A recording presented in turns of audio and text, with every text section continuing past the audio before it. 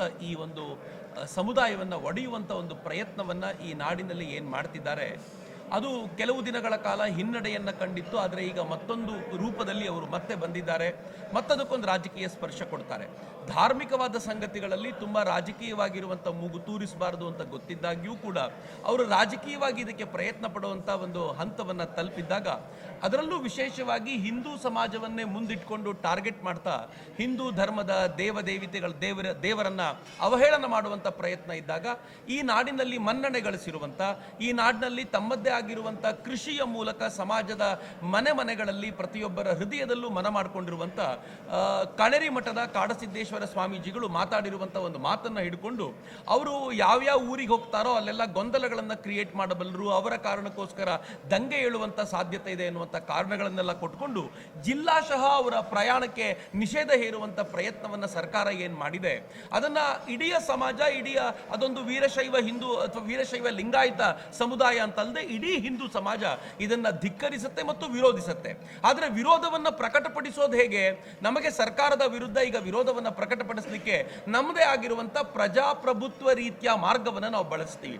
ಒಬ್ಬ ಸ್ವಾಮೀಜಿಯವರಿಗೆ, ಒಬ್ಬ ಸಂತರಿಗೆ ಅವರಿಗೆ ವಾಕ್ ಸ್ವಾತಂತ್ರ್ಯವನ್ನು ನಿಷೇಧ ಮಾಡಿ ಅವರಿಗೆ ಎಲ್ಲಿ ಬೇಕಿದ್ರೂ ಹೋಗಬಲ್ಲಂತ ಒಂದು ಪ್ರಯಾಣದ ಸ್ವಾತಂತ್ರ್ಯವನ್ನು ಏನು ನಿಷೇಧ ಮಾಡಿದೆ, ಅದಕ್ಕೆ ನಾವು ಸರ್ಕಾರದ ವಿರುದ್ಧ ಒಂದು ತೀವ್ರಗತಿಯ ಹೋರಾಟವನ್ನು, ಆಂದೋಲನವನ್ನು ರೂಪಿಸಬೇಕು ಅಂತ ಹೊರಟಿದ್ದೀವಿ.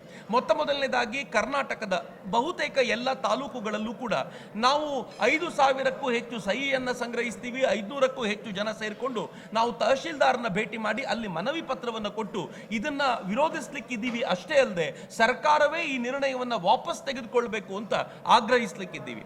ಎರಡನೇದು, ವಾಸ್ತವವಾಗಿ ಮತ್ತು ಸರಿಯಾದ ದೃಷ್ಟಿಕೋನದಲ್ಲಿ ಹೇಳೋದಾದ್ರೆ ಬಸವ ತತ್ವವನ್ನೇ ತಮ್ಮ ಜೀವನದಲ್ಲಿ ಅಳವಡಿಸಿಕೊಂಡು ಅತ್ಯಂತ ಸರಳವಾದ ಬದುಕನ್ನು ಬದುಕಿ ಎಲ್ಲರನ್ನೂ ಕೂಡ ಸಮಾನ ದೃಷ್ಟಿಯಿಂದ ಕಾಣ್ತಾ ಇರುವಂತ, ನಿಜವಾಗಿರುವಂತ ಬಸವ ತತ್ವದ ಫಾಲೋವರ್ ಅಂತ ಕರೆಸ್ಕೊಳ್ಳಲ್ಪಡುವಂತ ಸ್ವಾಮೀಜಿಯವರು, ಕಾಡಸಿದ್ದೇಶ್ವರ ಸ್ವಾಮೀಜಿಯವರು, ಅದರ ಬಗ್ಗೆ ನಾನು ತುಂಬಾ ಹೇಳಬೇಕಾಗಿಲ್ಲ, ಅದು ಎಲ್ರಿಗೂ ಗೊತ್ತಿರುವಂತ ಸಂಗತಿ.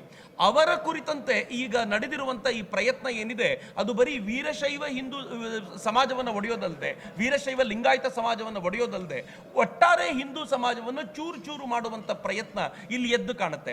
ಇಂಥ ಸಂದರ್ಭದಲ್ಲಿ ನಾವು ಏನು ಯೋಚನೆ ಮಾಡ್ತಿದ್ದೀವಿ ಅಂತಂದ್ರೆ, ಮನವಿ ಪತ್ರ ಕೊಡೋದಲ್ಲದೆ ಅದರ ಜೊತೆಗೆ ಎಲ್ಲ ತಾಲೂಕುಗಳಲ್ಲೂ ಜಿಲ್ಲಾಶಃ ನಾವು ಇದನ್ನ ವಿಸ್ತಾರವಾಗಿ ತೆಗೆದುಕೊಂಡು ನಾವು ಬಸವಾದಿ ಶರಣರ ಹಿಂದೂ ಸಮಾವೇಶಗಳನ್ನ ಎಲ್ಲ ಕಡೆ ಆಯೋಜನೆ ಮಾಡ್ಲಿಕ್ಕಿದ್ದೀವಿ. ಇದು ಬರೀ ವೀರಶೈವ ಲಿಂಗಾಯತ ಸಮುದಾಯ ಅಷ್ಟೇ ಅಲ್ಲದೆ ಇದು ಎಲ್ಲ ಹಿಂದೂ ಸಮಾಜವೂ ಸೇರ್ಕೊಂಡು ನಡೆಸಬೇಕಾಗಿರುವಂತ ಒಂದು ಪ್ರಯತ್ನ ಅಂತ ನಾವು ಆಲೋಚನೆ ಮಾಡ್ತಾ ಇದ್ದೀವಿ.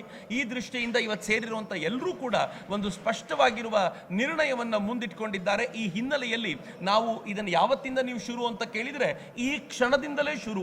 ಯಾರ್ಯಾರು ತಮ್ಮ ಊರಿಗೆ ಇವತ್ತು ಮರಳುತ್ತಾರೋ, ಇವತ್ತು ಲೇಟ್ ಆದ್ರೆ ಇವತ್ತಾಗಲಿಕ್ಕಿಲ್ಲ, ಬಟ್ ನಾಳೆಯಿಂದಲೇ ಇದಕ್ಕೆ ಬೇಕಾಗಿರುವಂತ ಎಲ್ಲ ತಯಾರಿ ಆರಂಭವಾಗುತ್ತೆ.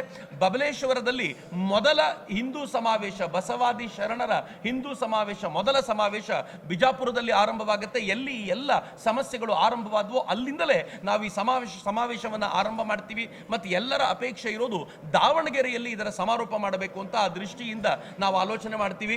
ಮುಂದಿನ ದಿನಗಳಲ್ಲಿ ಸಮಾಜಕ್ಕೆ ನಾವು ಇಂಟೆಲೆಕ್ಚುಯಲಿ ಈ ಬಸವಾದಿ ಚಿಂತನೆಗಳನ್ನ ತಲುಪಿಸುವಂತ ಪ್ರಯತ್ನವನ್ನು ಕೂಡ ಮಾಡಲಿಕ್ಕಿದ್ದೀವಿ.